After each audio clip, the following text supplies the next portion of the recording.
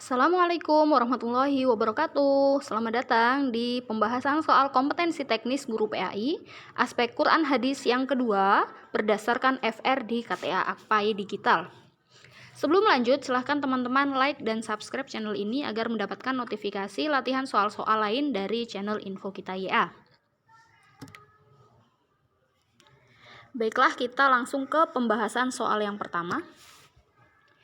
Ilmu yang membahas hal ihwal dan sejarah para perawi dari kalangan sahabat, tabi'in, dan tabi'in adalah titik-titik. A. Ilmu mustalah hadis. B. Ilmu rijalul hadis. C. Tabaqat arwat.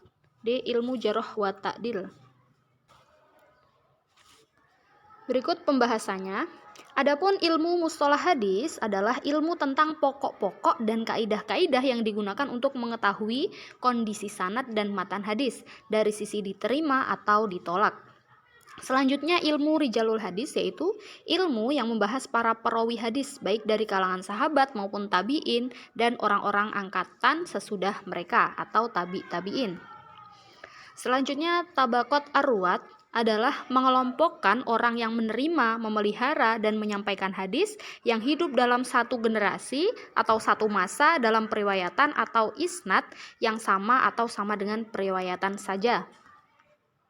Sedangkan al-jarh wa ta'dil adalah ilmu yang membahas tentang para perawi hadis dari segi yang dapat menunjukkan keadaan mereka, baik yang dapat mencacatkan atau membersihkan mereka dengan ungkapan atau lafadz tertentu. Jadi, ilmu yang membahas hal ihwal dan sejarah para perawi dari kalangan sahabat, tabi'in, dan tabi'in adalah B. Ilmu rijalul hadis. Soal selanjutnya, wa min syarri hasidin idza hasad. Dalam ayat tersebut terdapat hukum bacaan apa? A. Ikhfa hakiki dan idgham bihunah. B. Ikhfa hakiki dan idgham bilahunah. C. Matobi'i dan ikhfa hakiki. D. Matobi'i dan idhar halki. Nah, sebelumnya pada kalimat tersebut terdapat 5 hukum tajwid yang akan saya jelaskan. Jadi yang pertama ada nun mati ketemu shin, yang kedua ada fathah ketemu alif, yang ketiga ada kasroh tanwin ketemu alif, yang keempat ada fathah ketemu alif, dan yang terakhir adalah dal dimatikan atau diwakofkan. Nah, berikut rinciannya. Yang nomor 1 itu nun mati, hukum nun mati ketemu shin itu adalah ikhfa atau ikhfa hakiki. Yang kedua ha itu adalah fathah ketemu alif itu mat tobi'i. Selanjutnya yang nomor 3 idhar karena ada tanwin bertemu dengan alif. Selanjutnya yang nomor 4 itu juga mat tobi'i sama dengan nomor 2. Yang nomor 5 itu adalah qalqalah kubro karena huruf dal itu dimatikan di akhir kata. Jadi jawabannya adalah D. Mat tobi'i dan idhar halki, yaitu di nomor 2 dan nomor 3. Soal selanjutnya, Tanzilal Azizir Rahim. Dalam ayat tersebut terdapat hukum bacaan apa saja? A. Idgham bihunah dan idgham bilahunah. B. Ikhfa hakiki dan mat arid disukun. C. Mat tobi'i dan ikhfa hakiki. D. Ikhfa hakiki dan ro tarkik. Ada banyak di sini ya. Nun mati ketemu za kasroh ketemu ya mati. Lalu ada yang nomor 3 alif lam ketemu ain. Lalu yang nomor 4 kasroh ketemu ya mati. Selanjutnya ada alif lam ketemu ro. Selanjutnya yang nomor 6 ada ro fathah. Selanjutnya ada kasroh ketemu ya mati atau matobi'i tapi di akhir kalimat. Nah, nomor 1 nun mati ketemu za itu adalah hukum ikhfa hakiki. Yang kedua za kasroh ketemu ya mati adalah matobi'i. Yang ketiga alif lam ketemu ain adalah alif lam komariah. Selanjutnya yang nomor 4 kasroh ketemu ya kasroh ketemu ya mati atau ya sukun itu adalah matobi'i. Selanjutnya alif lam ketemu ro itu adalah asyamsiyah karena lamnya tidak terbaca. Selanjutnya yang nomor 6 itu adalah ro tafhim. Selanjutnya yang nomor 7 adalah mat arid li sukun atau mat tobi'i yang dimatikan, yang diwakofkan. Jadi hukum bacaan yang terdapat pada kalimat tersebut, pada ayat tersebut adalah B. Ikhfa hakiki dan mat arid li sukun. Soal selanjutnya, Bersihkan diri kalian dari air kencing, karena sesungguhnya kebanyakan siksa kubur berasal darinya. Dari hadis tersebut dapat diambil pelajaran bahwa titik-titik A. Menjauhi hal buruk. B. Kencing tidak boleh sembarangan. C. Buang air kecil pun tidak boleh dianggap sepele. D. Membersihkan dari najis. Nah, sekarang kita bahas dulu. Bersihkan diri kalian, jadi disuruh membersihkan. Bersihkan diri kalian dari air kencing.